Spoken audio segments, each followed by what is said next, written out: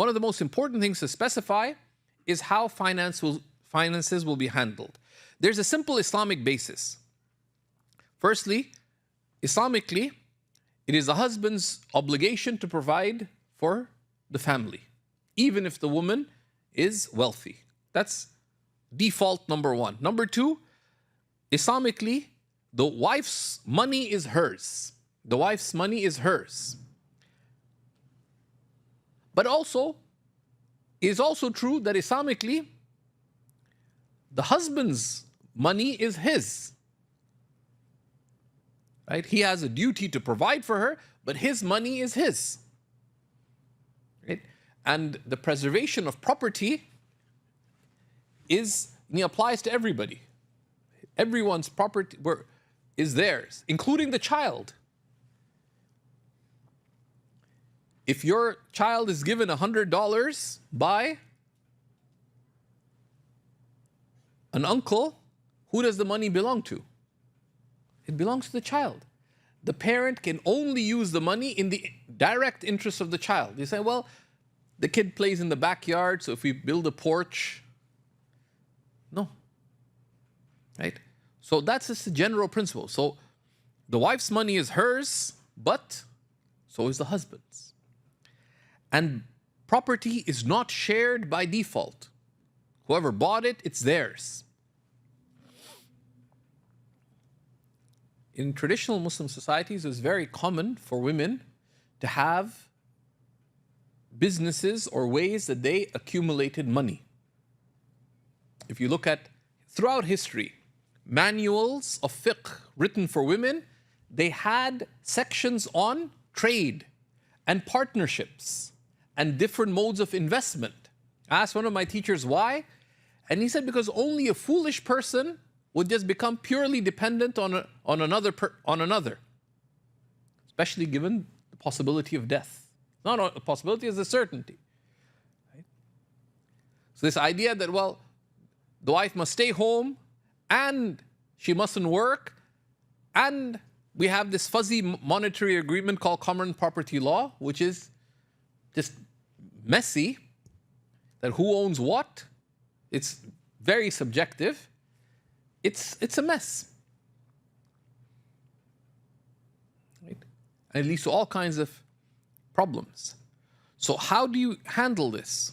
Right? Because now you may have the fortune of just remaining poor, so there's no money, there's no argument. Right? But let's say you made some money. It'll lead to dispute. Now you could solve it in court, but how do you resolve it between the two of you? The guy says, look, he suddenly made $10 million. Jill says, 50% mine. Now Jack and Jill are having some trouble. If she could get out of the marriage and get $10 million at the time, there's an incentive. So there's all kinds of funny stuff that can happen. So how finances will be handled is very important.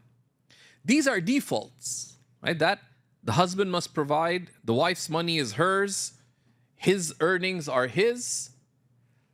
Property isn't shared by default, but you can agree on pretty much anything. But have it in writing. Have it in writing, even when one parent passes away. Big argument.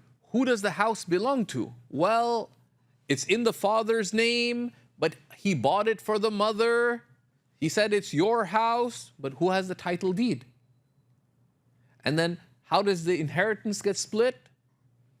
There are situations where children have forced the remaining parent out of the house and they no longer talk to them over things like this.